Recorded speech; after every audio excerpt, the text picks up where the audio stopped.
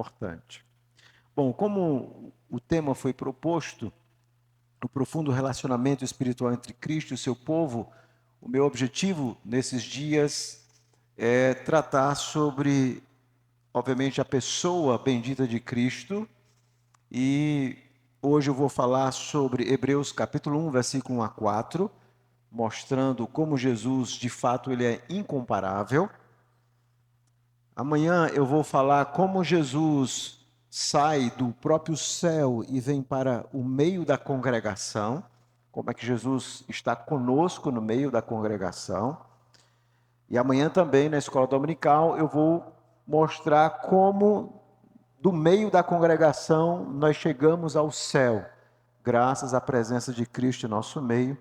E à noite eu vou tratar, no domingo à noite, como a congregação agora deve olhar, caminhando, olhar para Jesus e caminhar sempre olhando para Ele. Então hoje nós vamos falar em Hebreus, eu convido que você abra sua Bíblia, no capítulo 1, e nós vamos ler do versículo 1 ao versículo 4. Será a base da nossa exposição nessa noite. Hebreus 1, nós inclusive cantamos uma parte aqui desse cântico. Vamos tentar entender um pouco esse livro de Hebreus. Não é um livro simples de entender. Eu vou tentar expressar da forma mais clara possível, com a graça do Senhor, para que os irmãos possam entender a forma como o autor argumenta. Então vamos ler a palavra bendita do Senhor. Diz assim, as Escrituras Sagradas: havendo Deus outrora falado muitas vezes de muitas maneiras aos pais pelos profetas, nesses últimos dias nos falou pelo Filho, a quem constituiu o herdeiro de todas as coisas, pelo qual também fez o universo. Ele, que é o resplendor da glória e a expressão exata do seu ser, sustentando todas as coisas pela palavra do seu poder. Depois de ter feito a purificação dos pecados, assentou-se à direita da majestade nas alturas, tendo se tornado tão superior aos anjos, quanto herdou mais excelente nome do que eles. Amém, a palavra do Senhor. Acompanhe a exposição bíblica, com a Bíblia aberta. Vamos orar, rogando a iluminação do Espírito. Senhor, nós somos gratos. E o teu povo está na presença do Senhor, rogando a graça do Senhor, reconhecendo que nessa hora coisas excelentes serão faladas através de um vaso de barro. E a nossa oração é que o teu Espírito, que usa pecadores, que fala através de pecadores, mediante as Escrituras Sagradas, que o teu Espírito fale ao nosso coração, fale ao coração do teu povo, e nos ajude a compreender as verdades profundas desse texto que nós acabamos de ler. Essa é a nossa oração, em nome de Jesus. Amém. Cristianismo sem Cristo. Será que isso é possível? Falar de um cristianismo sem a pessoa bendita de Cristo? O fato é que muitos cristãos não compreendem de fato quem é a pessoa de Cristo. Portanto, nós não podemos falar em um relacionamento com Jesus sem que antes você compreenda quem é de fato a pessoa de Cristo. Essa, com certeza, é a pergunta mais importante da nossa vida. Essa é a pergunta mais importante de uma igreja. Essa, com certeza, é a pergunta mais importante da história. E aqui nesse texto, o autor dos Hebreus começa a sua obra com uma descrição maravilhosa a respeito da majestade e excelência da voz, da pessoa e da obra de Cristo, o próprio Filho de Deus, trazendo, obviamente, ao longo de todo esse documento, as profundas implicações dessa definição, desse conhecimento, dessa descrição. E é por isso que esse texto é relevante para mim e para você nessa noite. Por quê? Porque não há um cristianismo, não há um relacionamento profundo com Jesus sem que nós compreendamos a excelência da voz, da pessoa e da obra de Cristo. E é por isso que nós vamos abordar esse texto, e ele é tão importante e relevante para mim e para você. Esse livro de Hebreus, como nós chamamos, ou Carta aos Hebreus, já foi chamado por alguns estudiosos como a Cinderela dos estudos do Novo Testamento. Eu sei que todos vocês devem conhecer um pouco a história da Cinderela, como ela, de forma desconhecida, uma grande parte da sua vida, de repente se tornou rainha. E foi exatamente o que aconteceu. Durante um bom tempo nos estudos bíblicos, essa obra ficou bastante desconhecida, poucos estudos acadêmicos. Mas nos últimos 30, 40 anos, nenhuma carta do Novo Testamento teve tantos estudos, tantas obras, tantas teses, tantos comentários do que esse livro de Hebreus. De alguma forma, nós começamos a redescobrir a excelência, a profundidade da mensagem desse livro. Um livro muito importante, não apenas no aspecto teológico, mas também no aspecto prático da nossa vida cristã. E, obviamente, a grande pergunta que nós sempre fazemos quando nós estamos lendo essa obra é quem escreveu Hebreus? Obviamente, essa é uma pergunta que apenas no céu nós vamos ter a resposta. O fato é que o autor é desconhecido, nós não temos certeza, nós não podemos precisar quem foi o seu autor. Alguns falam Paulo, outros falam Apolo, outros falam Lucas. O fato é que nós não sabemos.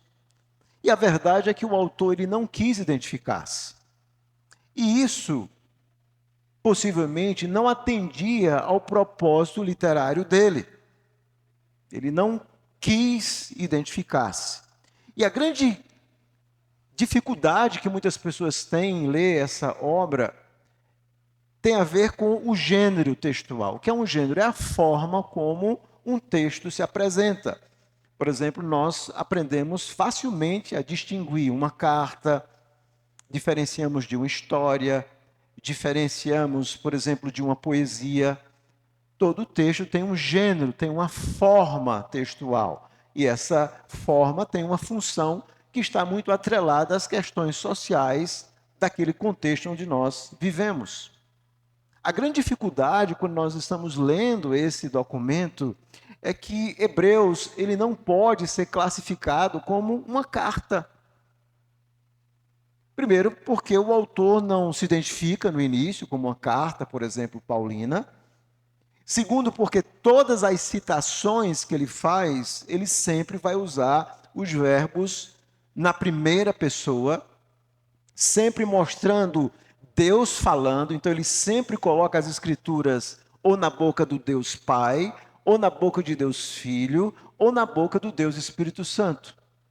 Na verdade, ele vai fazer algo que nenhum autor do Novo Testamento faz, que é criar, como eu vou mostrar nesses dias, aquilo que nós podemos chamar a Trinitatis Communicatio, uma própria comunicação pelas escrituras da Trindade, onde o Pai fala a respeito do Filho para o Filho responde ao Pai, falando da parte do seu povo, e o Espírito é aquele que atualiza essa palavra, tornando-a relevante hoje para nós.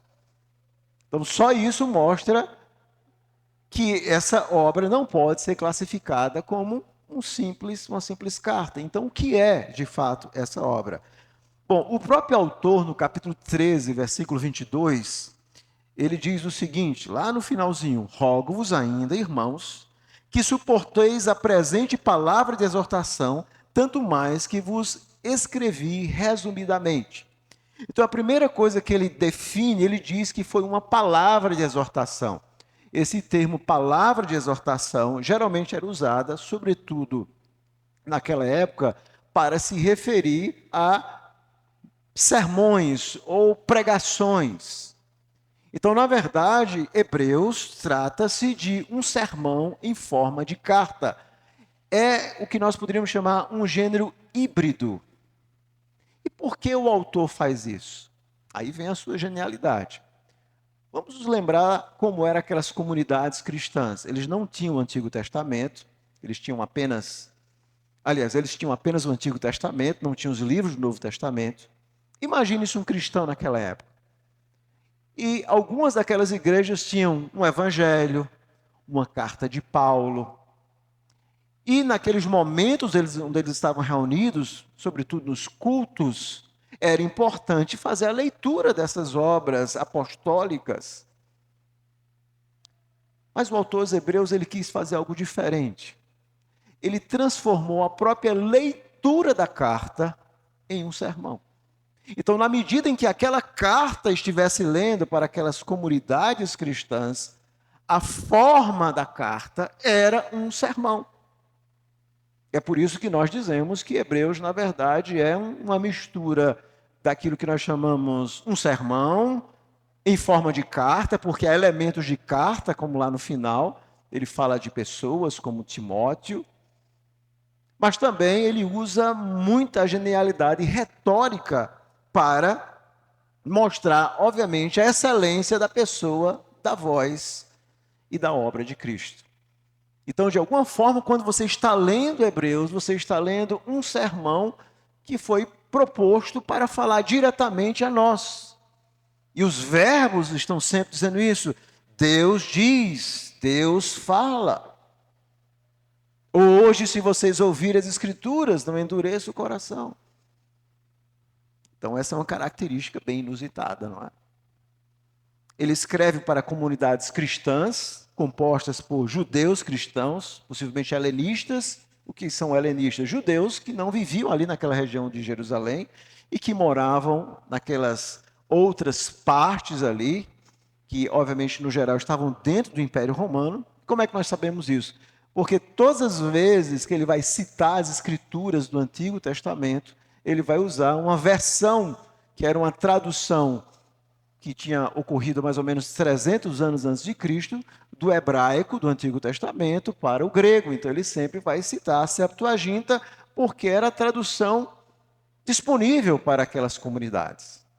Então ele está escrevendo, possivelmente para uma comunidade formada por judeus cristãos, judeus que haviam se convertido ao cristianismo, e que agora estavam enfrentando uma grande perseguição. Como é que nós sabemos isso? Lá no capítulo 10, ele vai fazer uma descrição desse sofrimento, dessas perseguições que aqueles irmãos estavam enfrentando, sobretudo no capítulo 10, do versículo 32 até o versículo 34, você vai ler que vários estavam sendo presos, alguns estavam tendo seus bens espoliados, então eles estavam sofrendo, possivelmente porque o judaísmo dentro do Império Romano tinha um certo status de reconhecimento diferente do cristianismo. Então muitos estavam enfrentando terríveis perseguições.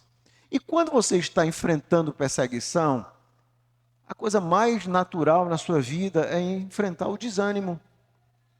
Então muitas daquelas comunidades estavam desanimadas, algumas estavam apostatando da fé, ou seja, pensando em voltar para o judaísmo.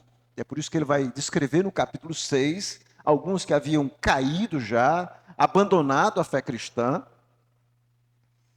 Ele está escrevendo para comunidades que o autor percebe, por que eles estão, então, retornando alguns para o judaísmo? Porque não cresceram na fé. E é por isso que no capítulo 5 e 6 ele vai dizer e vai descrevê-los como sendo lerdos em crescer espiritualmente. Eles não haviam crescido. Eles disseram, olha, eu queria ensinar coisas mais profundas, mas agora eu estou ensinando as coisas básicas a vocês. O beabá da fé. Então, qual o retrato dessas comunidades? Apostasia, desânimo, perseguição, falta de crescimento espiritual. E possivelmente no capítulo 13 vai nos mostrar, eles estavam enfrentando uma mudança de liderança. Nós sabemos disso no capítulo 13, porque ele vai no versículo 7 dizer, lembrai-vos dos vossos guias, os quais os pregaram a palavra de Deus, falando no passado. E no capítulo 13, Versículo 17, obedecei aos vossos guias e sede submissos. Possivelmente, naquela perseguição, alguns daqueles líderes da igreja haviam morrido. Eles talvez estivessem também enfrentando essa mudança de liderança e estavam profundamente desanimados. O que você faz quando você recebe notícias de pessoas que estão desanimadas, algumas apostataram da fé, não cresceram espiritualmente, estão enfrentando mudanças de liderança, talvez uma crise de liderança? O que é que você faz em meio a todos esses problemas? O que é que nós fazemos quando nós percebemos vários problemas em uma igreja? Bom, o autor dos Hebreus ele tem uma estratégia muito clara. Qual é a estratégia? Apelar para as Escrituras. Mostrar como as Escrituras são a resposta que aquelas comunidades precisavam. E é por isso que essa obra, esse sermão em forma de carta, é o livro do Novo Testamento onde há a maior quantidade de citações diretas do Antigo Testamento. Só vai perder para o livro de Apocalipse, mas Apocalipse não tem citações diretas, tem alusões, que é diferente, é quando você não cita diretamente um texto. Você alude, você faz uma referência, a gente sabe que a pessoa está se referindo a um texto do Antigo Testamento. Então, o tempo inteiro, o autor aos Hebreus está citando o texto do Antigo Testamento, e nós vamos ver que ele faz isso, inclusive, aqui. E essa é a estratégia argumentativa. E a estratégia dele é simples. O tempo todo ele vai expor e exortar. Ele expõe e exorta, a partir das Escrituras. Então, olhando aí agora para o texto, no capítulo 1, você vai observar que aqui no capítulo 1, versículo 4, nós temos o prólogo. Logo em seguida, no versículo 5 até o versículo 14, nós temos a primeira exposição, onde ele coloca os textos das Escrituras na boca do Pai, falando a respeito de Cristo. No capítulo 2, do versículo 4, nós temos a exortação. Isso é apenas um exemplo. O tempo todo ele expõe e ele exorta. E ele vai usar as Escrituras, ora para expor, ora para exortar. O tempo todo a mente dele está focada nas Escrituras. Ele não apenas usa as Escrituras para expor as verdades, mas também para exortar, como por exemplo no capítulo 3, onde ele vai citar esse salmo que nós cantamos. O capítulo 3 é uma sessão exortativa, onde ele vai usar o salmo que nós cantamos, 95, para exortar. Então ele usa uma rede literária de citações, alusões, temas do Antigo Testamento. E o argumento dele, ele vai usar uma técnica retórica, e hoje nós, na era do Instagram e sobretudo do WhatsApp, onde as pessoas estão desaprendendo a escrever, o autor dos Hebreus vai usar uma técnica muito sofisticada, chamada retórica de amplificação, também chamada a minor e a demais, ou seja, do menor para o maior. O tempo todo ele está usando uma série de expressões para mostrar a excelência de Cristo, como Cristo é superior aos anjos, como Cristo é superior aos sacerdotes, como Cristo é superior a Moisés, como Cristo é superior a todos aqueles ritos do Antigo Testamento. Então, o argumento por comparação tem um propósito de contrastar a superioridade de Cristo com aquelas pessoas e as instituições do Antigo Testamento. O tempo todo você vai observar, aqui mesmo você vai ver ele usar algumas palavras, por exemplo, no versículo 4, tornado tão superior aos anjos. Uma tradução literal seria que ele tornou-se mais excelente e muito maior do que os anjos. Herdou um mais excelente nome do que eles. O tempo todo ele está dizendo que Cristo é mais, ele é mais, ele é mais. Esse é o grande objetivo. Amanhã eu vou falar um pouco mais sobre como é que ele descreve, ou como ele mostra essa argumentação. Amanhã eu vou falar um pouco mais quando nós chegarmos no capítulo 2. Então, o que é que nós temos aqui no capítulo 1, do versículo 1 a 4? Nós temos o prólogo, que vários estudiosos têm observado. Aqui nós temos um mini Hebreus. Tudo que ele vai dizer depois está aqui. É o resumo do resumo. Então, se você entender Hebreus capítulo 1, versículo 1 a 4, com certeza você vai entender tudo o que vem depois. É um texto que tem profundidade teológica, onde ele vai mostrar, como eu expliquei, a voz, a pessoa e obra de Cristo. E quando você lê na língua grega, não é difícil entender. A frase central, eu sei que nós estamos lidando com a tradução, mas olha aí na sua Bíblia e eu vou dizer qual é a frase central do versículo 1 ao 4. É aquela cláusula que vai ser central. A cláusula central é a palavra Deus, no versículo 1. Deus nos falou por meio de um filho. A tradução literal. Ele faz questão de dizer por meio de um filho. Ou seja, essa é a frase central aí do capítulo 1, do versículo 1 a 4. Com todas as outras cláusulas no grego, na língua grega, que vão modificar essa informação, mas isso é o ponto central. Deus agora nos falou por um filho.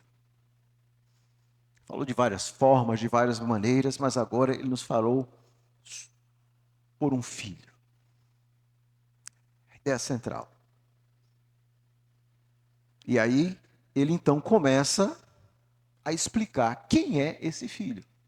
Deus falou de várias formas no Antigo Testamento. Pelos profetas aos pais, mas agora ele nos fala, ele falou por vários, agora é um. Eu sei que a nossa tradução fala pelo filho, mas literalmente é por um filho. Agora, nos últimos dias, Deus nos fala por um filho, e ele então começa a descrever quem é Jesus Cristo. E nessa descrição do filho, ele vai fazer alusão a dois textos do Antigo Testamento, que vão ser centrais no argumento da obra. Ele vai fazer uma alusão desses dois textos e depois vai citá-los. Eu vou mostrar a vocês. Primeiro é o Salmo 2, quando ele diz assim: nesses últimos dias nos falou pelo Filho, a quem constituiu o herdeiro de todas as coisas. Ele está fazendo uma alusão ao Salmo 2. O Salmo 2 falava exatamente isso. Deus constituiu um herdeiro sobre todas as coisas. É o Salmo 2. O outro texto que ele vai aludir, no versículo 3, é quando ele diz assim: depois de ter feito a purificação dos pecados, assentou-se à direita da majestade nas alturas. Agora ele vai aludir ao Salmo 110, que vai ser o texto mais importante na mente do autor, e talvez um dos textos mais importantes para você entender o Novo Testamento. Na verdade, o Salmo 110 é o texto mais citado do Antigo Testamento no Novo. E se você não entender isso, você não vai entender a própria teologia do Novo Testamento. O autor dos Hebreus, então, ele faz uma alusão do Salmo 110 aqui. Ele alude o Salmo 1, o Salmo 2, aliás, o Salmo 110. Agora veja do versículo 5, qual é o salmo que ele cita. Veja Hebreus 1:5. Pois a qual dos filhos disse jamais, tu és meu filho, eu hoje te gerei. Aí ele cita o Salmo 2. E veja no capítulo 1, versículo 13.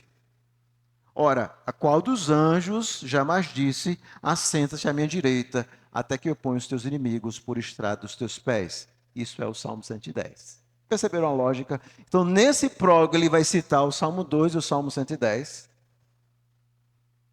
E agora, do versículo 5 a 13, ele coloca o Salmo 2 e o Salmo 110 juntos. E se você caminhar um pouco lá no capítulo 5, acompanhe comigo, capítulo 5, versículo 5 e 6, ele vai citar os dois salmos novamente. Assim também Cristo a si mesmo não se glorificou, para se tornar sumo sacerdote, mas o glorificou aquele que lhe disse, tu és meu filho, eu hoje te gerei. Salmo 2. Como em outro lugar também diz, tu és sacerdote para sempre, segundo a ordem de Melquisedeque, o Salmo 110. Então, esses dois textos vão ser centrais em Hebreus. Cristo é o Filho. E por isso ele é superior a todas as coisas, superior aos anjos. Mas o Salmo 110, eu vou ler depois aqui, falava a respeito, primeiro, de alguém que Deus diz assim: senta-te à minha direita até que eu ponha os teus inimigos debaixo dos teus pés. Falava a respeito de um rei. Deus está agora constituindo um rei. E Deus agora vai falar a respeito desse rei. Tudo tem a ver com esse rei. Deus está constituindo todas as coisas debaixo dos pés desse rei. Hebreus capítulo 1 até o capítulo 4 foca exatamente no versículo 1 do Salmo 110. Hebreus do capítulo 5 até o capítulo 10, que é o coração de Hebreus, foca agora no versículo 4 do Salmo 110, onde diz assim: tu és sacerdote para sempre, segundo a ordem de Melquisedeque. Então, esse filho é rei. Ele é filho, porque o Salmo 2 diz isso, mas ele é rei sobre todas as coisas, e ao mesmo tempo ele é um sumo sacerdote, segundo a ordem de Melquisedeque. É por isso que ele é incomparável. Então ele começa, então, aqui, fazendo alusão a esses dois salmos. Mas tem outra característica. Eu nem comecei a expor ainda, tá bom? Se preparem, a noite será longa. O autor vai usar aqui, do capítulo 1, versículo 1 a 4, uma forma que nós chamamos de aliteração. E o que é aliteração? É você repetir a mesma palavra no começo, a mesma letra, aliás, no começo de uma palavra. Então, das 12 primeiras palavras, 5 começam com a letra P.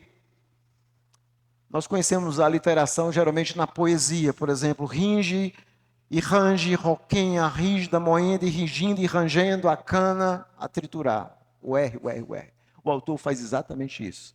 Então, quando você lê o texto grego, ele usa toda a retórica, toda a beleza, tudo aquilo que ele tinha, literariamente, para engrandecer Cristo.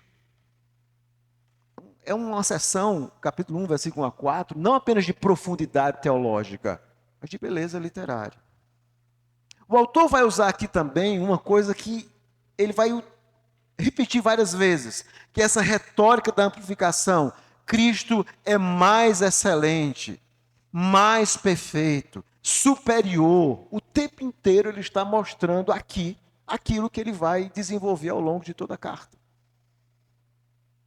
Então, por isso que aqui nós temos um mini Hebreus.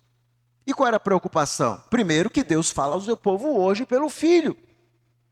Seria loucura eles deixarem o cristianismo para voltar para o judaísmo. Segundo, ele mostra a grandeza desse filho e que ele é incomparável. Você não pode comparar Jesus aos anjos ou comparar Moisés a Arão. Ele é um filho. Terceiro, ele quer mostrar a grandeza da obra que Jesus fez, que foi uma obra de purificação de pecados, no versículo 3, sentando-se à direita da majestade nas alturas. Então, qual é a ideia principal de Hebreus capítulo 1, versículo 4? Qual é a tese, qual é o argumento? Se nós quiséssemos, em uma frase, definir o que é isso aqui. Será também o tema da minha exposição. O Filho é incomparável à excelência da voz, pessoa e obra de Jesus.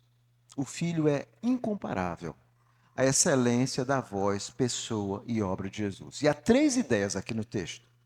Primeiro, no versículo 1 e 2, a parte A, ele vai mostrar a superioridade da palavra do Filho como revelação final. O Filho é superior porque a revelação final de Deus, da vontade de Deus, agora é trazida pelo Filho. Deus falou de várias formas, mas agora ele nos fala pelo Filho. Segundo, no versículo 2b, até o versículo 3, começando essa parte, nesses últimos dias, nos falou pelo Filho, a quem constituiu, essa parte, a quem constituiu, o autor vai mostrar a superioridade da pessoa do Filho como herdeiro divino. E aí ele vai usar o Salmo 102 e vai fazer várias afirmações gloriosas a respeito da pessoa bendita de Cristo. E o último movimento começa no versículo 3, quando ele começa a dizer assim, depois de ter feito a purificação dos pecados, ele começa a partir daí mostrando a superioridade da obra consumada do Filho pelo pecado e o seu papel hoje como intercessor sentado à direita de Deus, intercedendo pelo seu povo. Então aqui ele faz esses 3 movimentos. O filho, a voz dele é superior, porque é o filho. A pessoa dele é superior, porque ele é herdeiro, ele foi apontado por Deus. Terceiro, a obra dele é superior porque foi consumada, ele resolveu o problema do pecado, está sentado à direita de Deus e intercede pelo seu povo. Então aqui o autor vai fazer 10 afirmações a respeito de Jesus. E no restante dessa epístola, eu vou chamar epístola, ou desse sermão epistolar, ele vai mostrar quais são as implicações práticas disso. Quem é Jesus Cristo, afinal de contas? Por que é que o Filho é incomparável? Agora vamos olhar para a Bíblia e começar a exposição. Primeiro vamos analisar a superioridade da palavra do Filho como revelação final. A nossa tradução começa assim: havendo Deus outrora falado, muitas vezes e de muitas maneiras aos pais pelos profetas. O autor começa a mostrar que Deus sempre falou ao seu povo. E na antiga aliança, Deus falou através dos profetas. Essa revelação de Deus, ela é essencialmente progressiva. Esse é o ponto aqui. Há um processo onde Deus vai revelando a sua vontade. Então, por exemplo, na época antes da lei, Deus falou a sua vontade, revelou, como Gênesis diz, de forma oral. Deus deu mandamentos a Abraão, estatutos a Abraão, Deus ensinou oralmente a Abraão. Mas à frente, Deus dá a sua lei escrita a Moisés. Através dos profetas, Deus então vai mostrar a sua vontade para o seu povo. Deus vai falar de muitas maneiras a esses pais. Quem são esses pais? Todos aqueles fiéis do Antigo Testamento, aqueles que vieram antes de nós. Deus nunca ficou sem revelar a sua vontade ao seu povo. Ele entra em aliança com o povo, então ele revela a sua vontade. Ele vai usar esses profetas, esses homens que vão falar da parte de Deus, vários deles. Possivelmente o termo aqui amplo se refere a todo aquele conteúdo da revelação de Gênesis a Malaquias. E o verbo é usado geralmente exclusivamente para se referir a esses oráculos divinos inspirados. Deus falou de várias formas, de várias maneiras.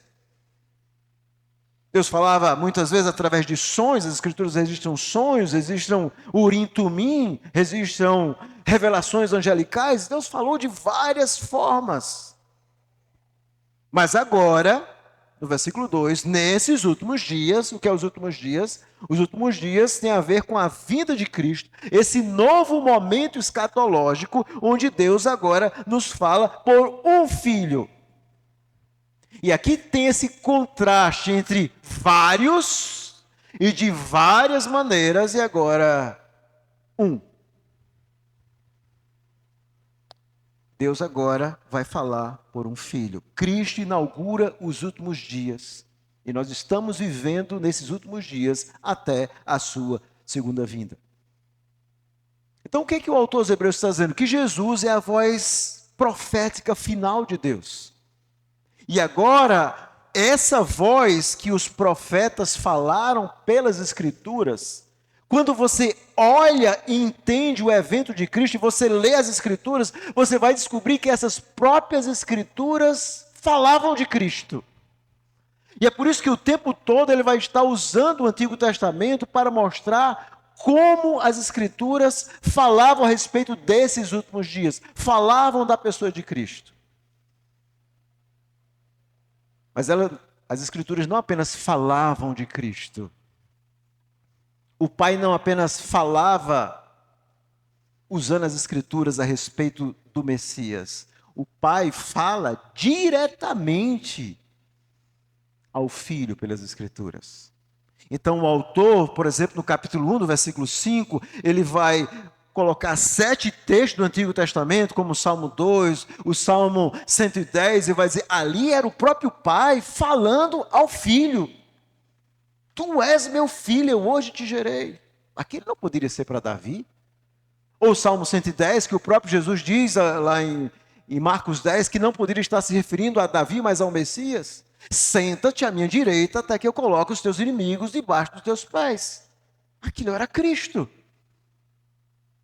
E o autor aos Hebreus, então, vai mostrar, por exemplo, que quando Deus diz, veja Hebreus 1:5, acerca do Filho, teu trono, ó Deus, é para todo sempre, que o próprio Pai chama o Filho de Deus,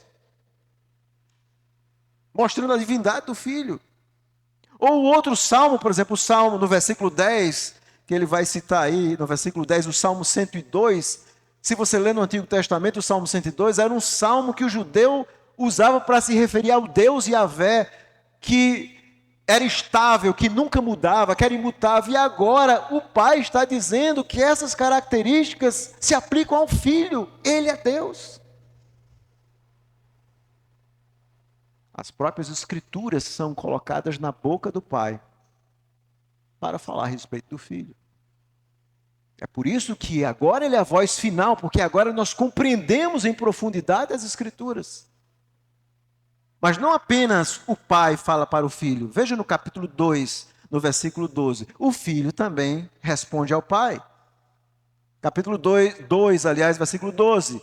Ele diz assim: ele não se envergonha de lhe chamar irmãos, dizendo: a meus irmãos declararei o teu nome, cantar-te-ei louvores no meio da congregação. E outra vez eu porei nele a minha confiança, e ainda eis aqui estou eu e os filhos que Deus me deu. O Pai fala a respeito do Filho, mostrando a sua excelência, a sua grandeza, e o Filho, então, no meio da congregação, se dirige ao Pai. As Escrituras mostram o próprio diálogo divino. Coisas muito profundas que nós nem sequer tínhamos noção disso. E o Espírito, no capítulo 3, versículo 7. Assim, pois, o Espírito Santo diz: hoje, se ouvides a sua voz, não endureçais o vosso coração. E o Espírito, então, traduz essa palavra para o povo. Fala agora no meio da congregação. O autor dos Hebreus, então, vai mostrar essa comunicação entre o Pai, o Filho e o Espírito Santo.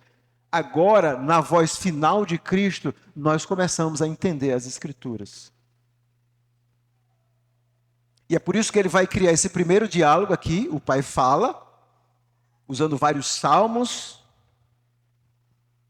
Na primeira parte do livro, que vai do capítulo 1 ao capítulo 4, a primeira parte do livro, ele cria esse primeiro diálogo trinitário. E na segunda parte, no capítulo 5, ele vai criar o segundo diálogo trinitário. Veja que coisa interessante.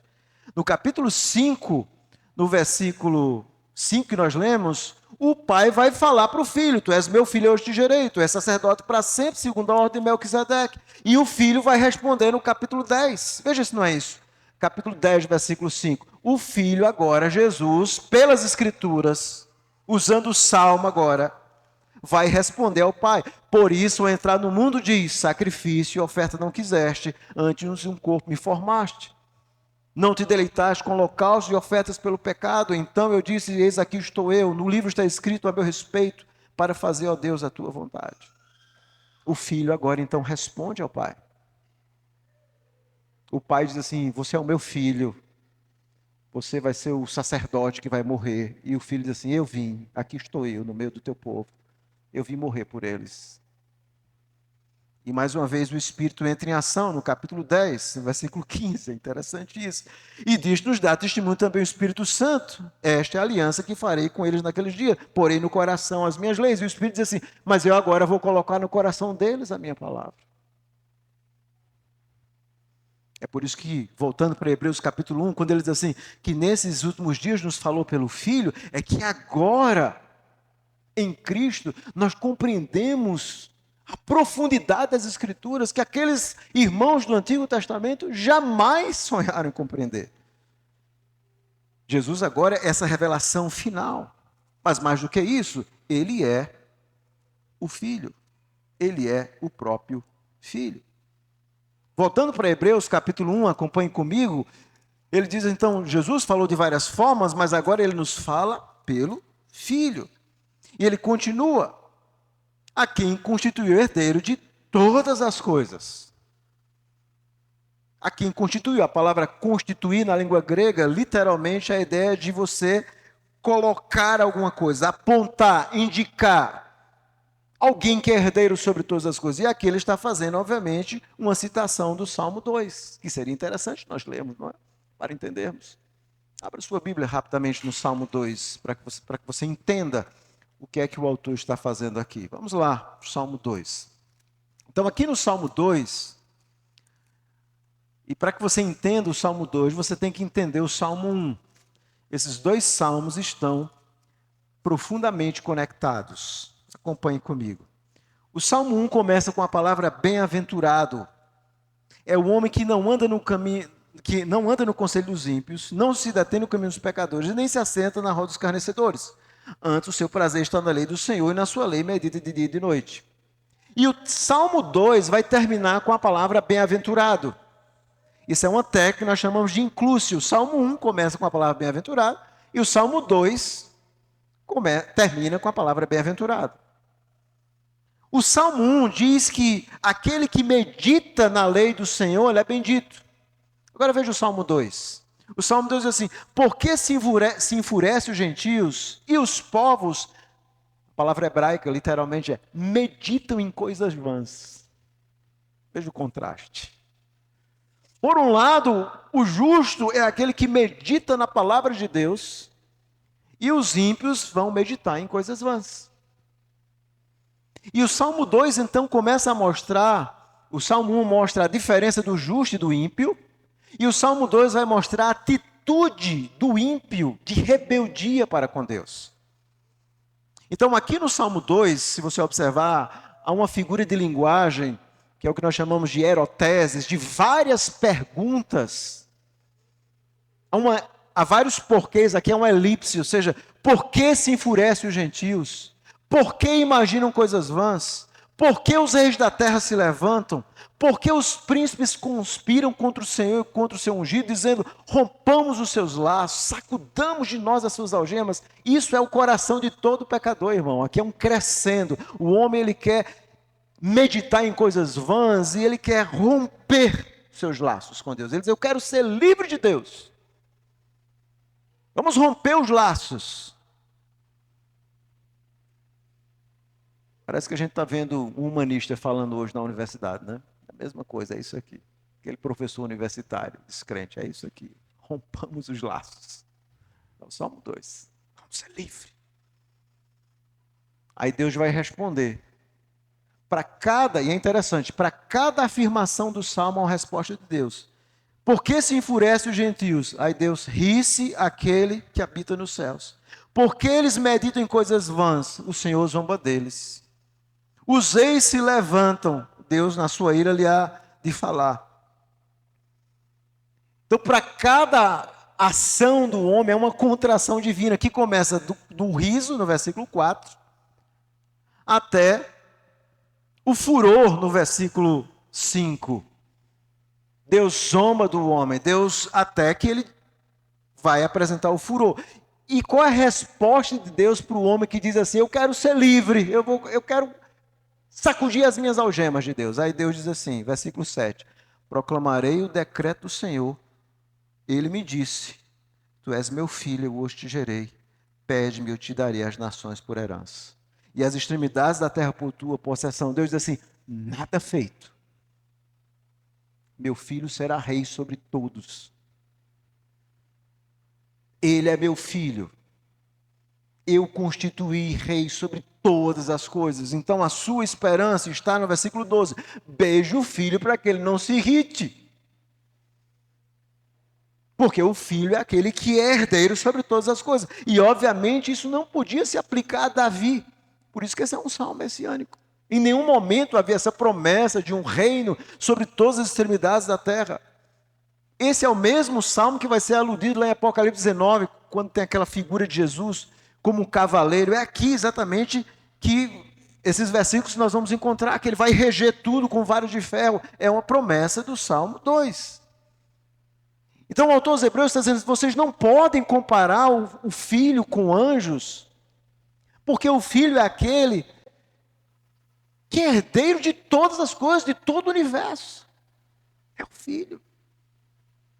Tudo é dele.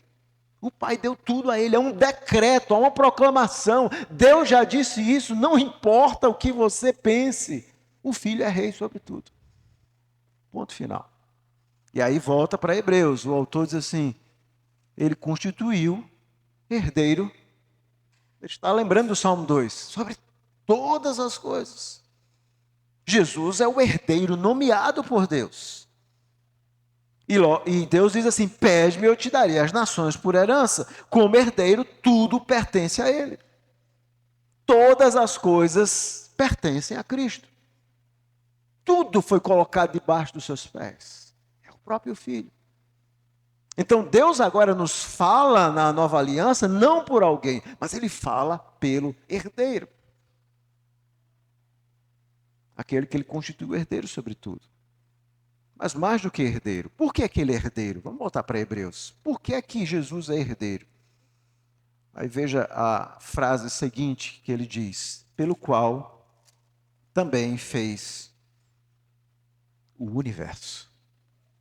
Ou na língua grega, é aquele que fez todas as eras, que tem um aspecto temporal e espacial, ou seja, tudo, sabe por que ele é o herdeiro de tudo? Porque tudo que Deus fez no universo, onde os seus olhos forem postos, tudo foi feito por Cristo.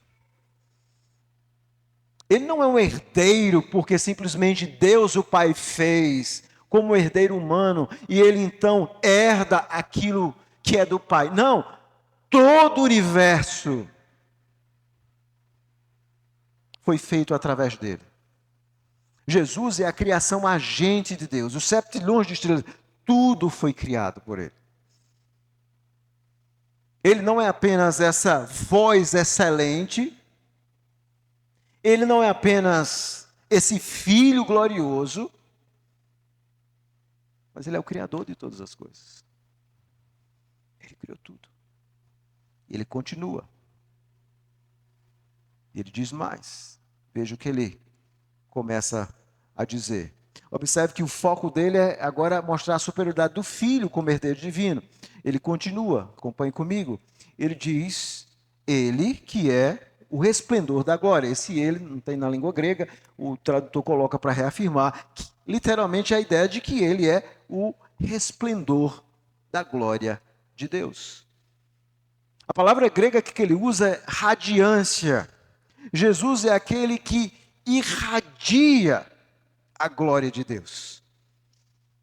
Ou seja, através da sua obra, da sua encarnação, a glória de Deus é irradiada. E essa ideia de radiância tem a ver com os atributos de Deus. A glória, no Antigo Testamento, a palavra kabod, tinha a ideia de peso, mas no Novo Testamento, essa palavra glória tem muito essa ideia de radiância, ou seja, a radiância tem a ver com o ser de Deus que irradia tudo o que Deus é em seus atributos: amor, bondade, justiça, ira, misericórdia. E agora em Cristo, na obra de Cristo, Cristo na pessoa dele, aliás, ele é o resplendor, ele irradia isso. Então o povo de Israel, eles viram a glória de Deus, Moisés viu a glória de Deus, Ezequiel viu a glória de Deus, mas Jesus reflete essa glória. Cristo manifesta isso. Ninguém consegue ver a Deus, a não ser mediante o Filho. Ele que expressa toda a glória, toda a majestade de Deus. E ele continua. E a expressão exata do seu ser. Jesus é a revelação perfeita da glória de Deus. Essa palavra grega aqui, caráter, refere-se a uma reprodução exata. Originalmente significava uma matriz, um carimbo ou marca, que reflete algo exato. Ou seja, Jesus ele não reflete o Pai, ele é o Pai. E essa palavra aqui é interessante, porque essa palavra que é traduzida na sua Bíblia, que tem, ele é a expressão exata do seu ser, a palavra grega aqui é hipostasis, que foi uma palavra que foi muito usada quando vai se discutir a questão da trindade, do ser de Cristo. E eles usaram exatamente essa palavra e esse texto aqui, ou seja, Jesus, ele é da mesma, a ideia da palavra que é substância. Ele é exatamente igual ao Pai, porque ele tem a mesma substância, é o mesmo ser, ele é Deus, ele é divino como o Pai. Ele é a expressão exata da substância de Deus. É por isso que, quando os discípulos dizem assim, mostra o Pai, isso nos basta. Jesus, eu estou há tanto tempo com você. Quem vê a mim vê o Pai. É isso aqui. A substância exata de Deus estava ali encarnada na pessoa de Cristo. E ele continua sustentando todas as coisas pela palavra do seu poder. O que é que significa isso? Bom, a palavra grega que ele usa aqui, feron, literalmente a ideia, não é que Jesus usa a ideia de um sustentador cósmico, que o mundo está caindo e Jesus está sustentando. Mas a palavra literalmente tem a ideia de guiar. Jesus é aquele que guia todo o universo. Então, todo o universo tem uma harmonia. Todo o universo não se deteriora. Porque Jesus, ele está guiando, controlando todas as coisas. Todas as coisas. Ele é o sustentador desse cosmo. Ele guia o universo. Ele faz com que o universo, o mundo, seja do jeito que ele quer. Ele exerce esse governo providencial. Ele não apenas criou o mundo e diz, ok, o mundo agora está solto. Não, ele guia todas as coisas. Ele sustenta tudo. Pelo quê? Palavra do seu poder. Pela sua palavra, ele mantém todas as coisas. Isso é importante por quê? Porque mais na frente, no capítulo 12, o autor dos Hebreus vai dizer que essa é a mesma palavra que é falada na congregação, na pregação. Essa palavra de poder que sustenta todas as coisas é a mesma que Cristo está falando na congregação. Quando a gente está ouvindo um sermão, e Cristo continua falando ao seu povo, dos céus. É isso que ele diz no capítulo 12. Se você avançar um pouco comigo, eu vou mostrar depois, mas no capítulo 12, versículo 25, ele diz exatamente, tende cuidado, não recuseis ao que fala, pois se não escaparam aqueles que recusaram ouvir quem divinamente os advertia sobre a terra, muito menos nós, os que nos desviamos daquele que dos céus nos adverte. Jesus continua, aquele que governa o universo pela sua palavra. É aquele que continua pelas Escrituras advertindo o seu povo. Ele é aquele que sustenta todas as coisas pela palavra do seu poder. Então, o autor dos Hebreus diz assim, olha, a voz de Cristo, aquilo que está sendo pregado, trazido na nova aliança, isso é incomparável. A pessoa de Cristo, em relação aos anjos, Moisés, ele é incomparável. E agora ele foca na obra de Cristo. A partir da parte C do versículo 3. Depois de ter feito a purificação dos pecados, assentou-se à direita da majestade nas alturas. E aqui ele vai mostrar esse movimento glorioso. Você percebe? Aquele que está no céu, Cristo, é aquele agora que se encarna e que agora vem fazer a purificação dos pecados, que se torna homem, e morre, ressuscita, e faz esse movimento de volta para sentar-se à direita de Deus nas alturas. Aqui ele está mostrando essa obra gloriosa de Cristo de redenção, de resolver o problema do pecado. Era o único que podia resolver definitivamente o problema do pecado. Por quê? Porque só Deus satisfaz a Deus. O pecado tem a ver com a justiça de um Deus que nós não podemos satisfazer. Mas Cristo agora vem para pagar o preço do nosso pecado, para satisfazer a justiça desse Deus. E ele vem fazer exatamente isso. Aquilo que era feito em sombras no Antigo Testamento. Agora Cristo faz a purificação definitiva dos pecados. E aqui, mais uma vez, ele está citando o Salmo 110. Vamos dar uma olhada rápida no Salmo 110? Abra sua Bíblia rapidamente aqui, no Salmo 110. O Salmo 110 falava a respeito de alguém que é rei, mediador. Salmo 110, versículo 1, disse o Senhor, meu Senhor, assenta à minha direita até que eu ponha os teus inimigos debaixo dos teus pés. O versículo 2, o Senhor enviará de Sião um cetro do seu poder, dizendo, domina entre os teus inimigos. Deus está dizendo que alguém vai sentar à direita dele, ele vai colocar tudo debaixo dos seus pés.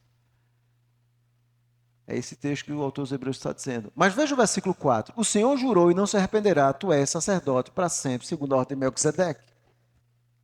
E esse salmo soava estranho, por quê? Porque um rei Israel não podia ser sacerdote e o sacerdote não podia ser rei. Mas o salmo estava falando a respeito de alguém que seria rei e sacerdote ao mesmo tempo. Mas ele seria rei e sacerdote diferente, por quê? Porque ele seria por juramento, ele seria por apontamento divino. Deus ia jurar por si mesmo. Eu vou colocar tudo debaixo dos seus pés. Você será um sacerdote para sempre, segundo a ordem de Melquisedeque. Ou seja, aquilo que você fizer pelos pecados vai ser para sempre. A sua intercessão será perfeita. E é por isso que quando, lá em Pentecostes, é interessante isso. Depois vocês leem, quando o Espírito Santo desce, e Pedro então começa a explicar Pentecostes, ele diz assim, olha, o que vocês estão vendo aqui é aquilo do Salmo 110. Pedro vai dizer exatamente isso. Aí ele cita o Salmo 110. O que é a vinda do Espírito Santo? É a concretização da promessa do Salmo 110. Onde agora, através da obra do Espírito, Deus está fazendo com que corações que eram inimigos de Cristo sejam convertidos e se dobrem a Ele. Essa é a obra do Espírito. O que o Espírito faz é cumprir a promessa do Salmo 110. E aqueles que não se dobrarem, obviamente, de acordo com o desígnio de Deus, um dia vão se dobrar, porque todas as coisas serão colocadas debaixo dos pés de Cristo. Deus prometeu isso. E o autor dos Hebreus, então, está citando esse texto. E agora ele está sentado à direita de Deus. E isso vai ser importante por quê? Porque aquele que veio e morreu por nós, que saiu do céu e fez esse movimento, veio para a terra, ele subiu aos céus e então está sentado à direita de Deus. Mas agora, aquele que está sentado à direita de Deus é aquele que está também no meio da congregação. Nós vamos ver isso amanhã. Ele está no meio de nós, quando nós estamos reunidos. Então, através dessa Trinitatis Communicatio, do Pai, do Filho e do Espírito Santo, Cristo está no céu, mas está em nosso meio ao mesmo tempo. Cristo não está observando o nosso culto, mas participando do nosso culto. E o nosso culto só chega à presença de Deus, porque Cristo está em nosso meio, fazendo com que o nosso culto chegue na presença de Deus. É por isso que o culto da nova aliança era muito mais glorioso do que o culto da antiga aliança. Porque Cristo está sentado à direita de Deus. E é por isso que ele termina, concluindo agora essa sessão, ele termina dizendo o seguinte, ainda no capítulo 1, ele diz assim, tendo se tornado tão superior, ou tornou-se mais excelente, tão maior. Ele usa várias expressões que o nosso tradutor até nem consegue captar. Ele tornou-se tão maior, tão excelente do que os anjos. Quanto herdou mais excelente nome do que eles. É como se ele usasse todos os adjetivos possíveis assim. Cristo é incomparável. Você não pode comparar ele com os anjos. E aí, onde ele começa, qual dos anjos ele disse, tu és meu filho? Qual dos anjos ele disse, assenta à minha direita? Qual dos anjos é o filho? Qual dos anjos é o próprio Deus? O filho é incomparável. Esse rei mediador sentado à direita de Deus, que possui um nome superior a todos. Eu não sei se você já teve a oportunidade de ver um prisma. Um prisma é uma pedra que se parece com um simples triângulo claro, até que a luz seja refratada através dele, um arco-íris multicolorido surge. E embora a luz tenha todas essas cores, nós não podemos vê-la até que usemos uma ferramenta especial para observar esse prisma. É exatamente isso que o autor aos Hebreus está fazendo. Ele está lançando para os seus leitores esse prisma glorioso para a pessoa de Cristo, para mostrar a beleza, a gloriosidade da pessoa de Cristo. É por isso que quando você lê o Antigo Testamento, observe a quantidade dos tipos de sacrifícios. Outro dia eu estava explicando na igreja que eu sou pastor, qual era a distinção. Por que o sacrifício de holocausto tinha uma função? Por que o sacrifício pelo pecado? Por que tantos sacerdotes? Por que tantas formas? Por que o tabernáculo? Porque a obra e a pessoa de Cristo é tão gloriosa, tão profunda e tão complexa, que as próprias sombras dele tinham que ser complexas. Porque nada que tem a ver com Cristo é simples. É por isso que você tem tantas sombras, tantas coisas no Antigo Testamento.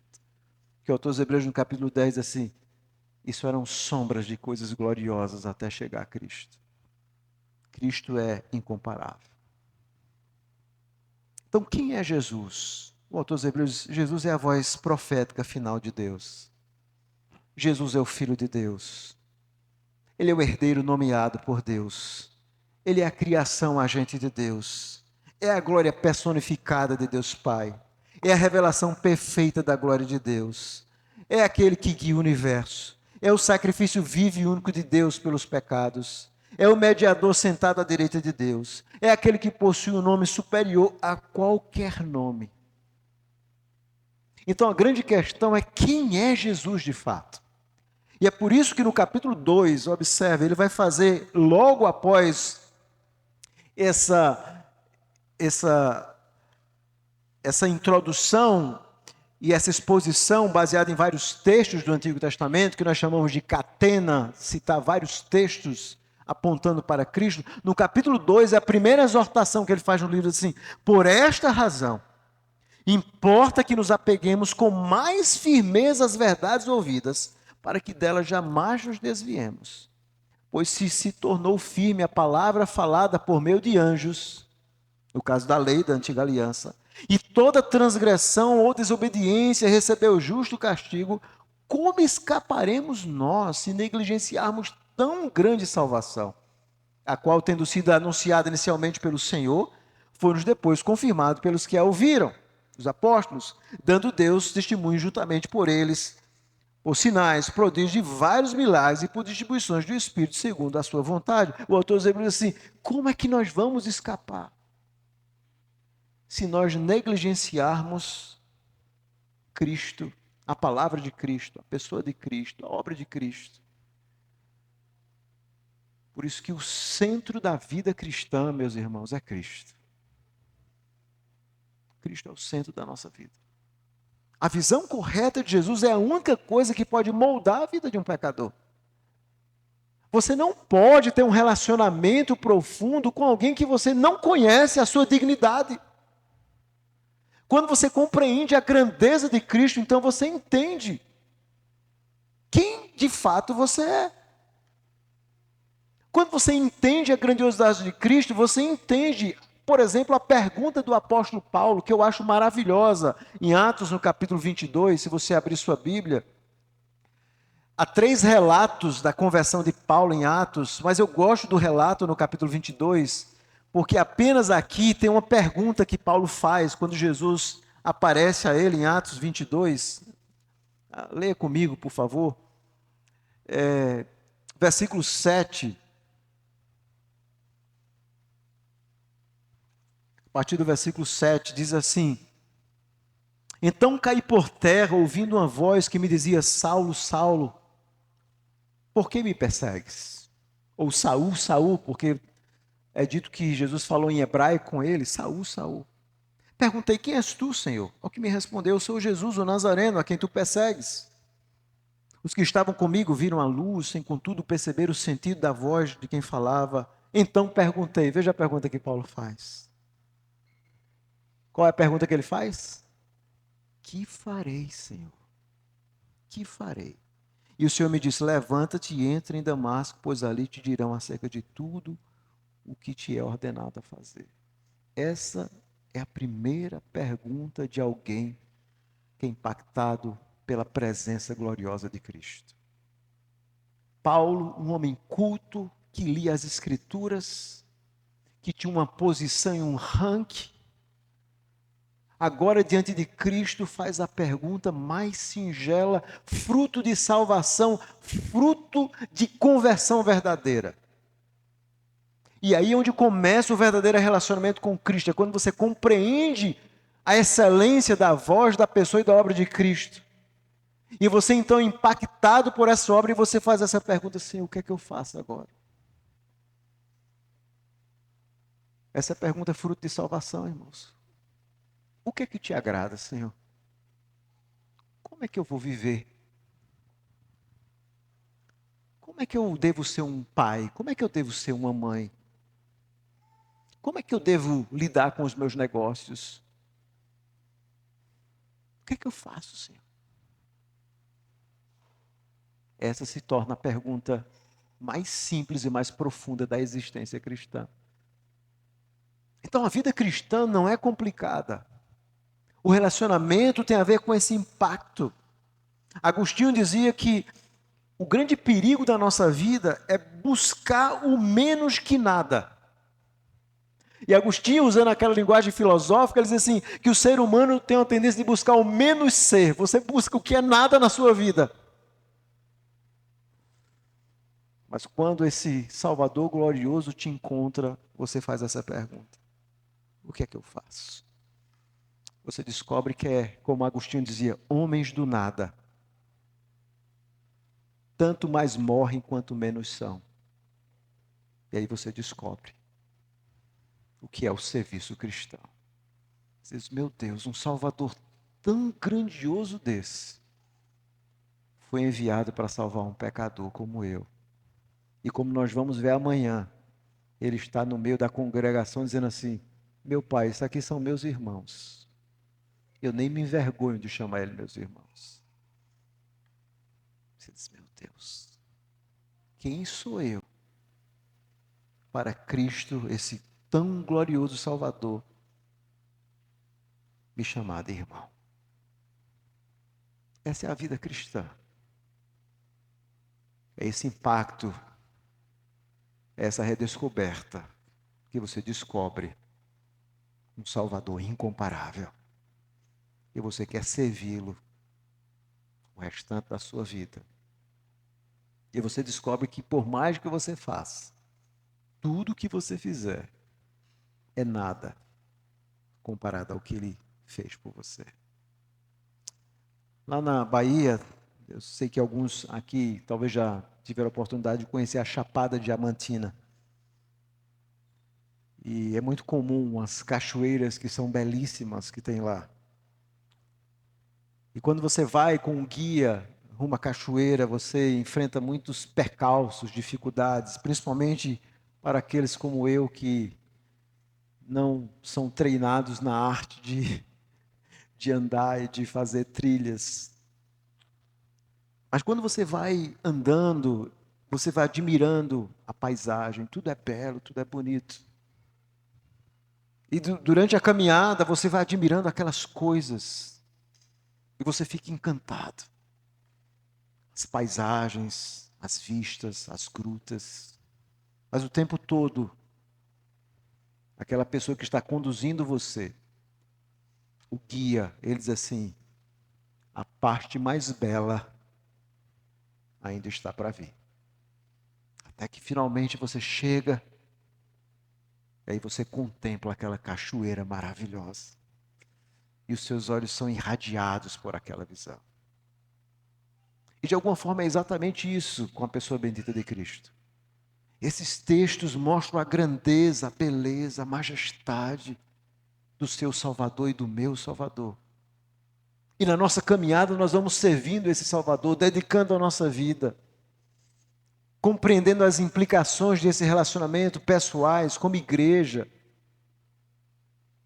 Mas existe uma visão mais bela que nos aguarda. Hoje nós ouvimos a voz dele, sabemos que a voz dele sustenta tudo, mas um dia eu e você, nós vamos ouvir a voz bendita de Cristo. Vinde a mim, benditos, entrem no meu gozo. Hoje nós vemos essa descrição gloriosa da pessoa dele, mas um dia eu e você vamos estar diante do trono, vendo a glória, a majestade, aquilo que os anjos veem, aquilo que aqueles que morreram veem. E eu e você, nós vamos contemplar isso. Hoje nós sabemos e admiramos o seu amor, a sua crucificação, a sua ressurreição, a sua intercessão. Mas um dia nós vamos ver. Lá em Apocalipse 5 diz assim: eu vi um cordeiro como tendo sido morto. Possivelmente uma referência às marcas do Deus homem, dos cravos. E um dia eu e você vamos ter a oportunidade de ver. E vamos olhar, e se Deus nos deu esse privilégio, olhar para aquelas marcas e dizer: meu Deus, que grande amor. Que grande amor. Deus se fazer carne para dar a vida por mim, para satisfazer a justiça de Deus. Porque só Deus pode pagar o que Deus requer. Isso é graça. E eternamente nós vamos ser gratos ao Senhor. É assim que começa o nosso relacionamento com Cristo, resgatando a visão de Cristo. Se nós não tivermos uma visão clara de quem é o Senhor que nós estamos servindo, irmãos, tudo será inútil em nossa vida. Que Deus nos ajude. E ajude cada um de vocês, como famílias, como servos do Senhor, a resgatar essa visão gloriosa desse bendito Salvador. A Ele seja a honra e a glória para sempre. Amém.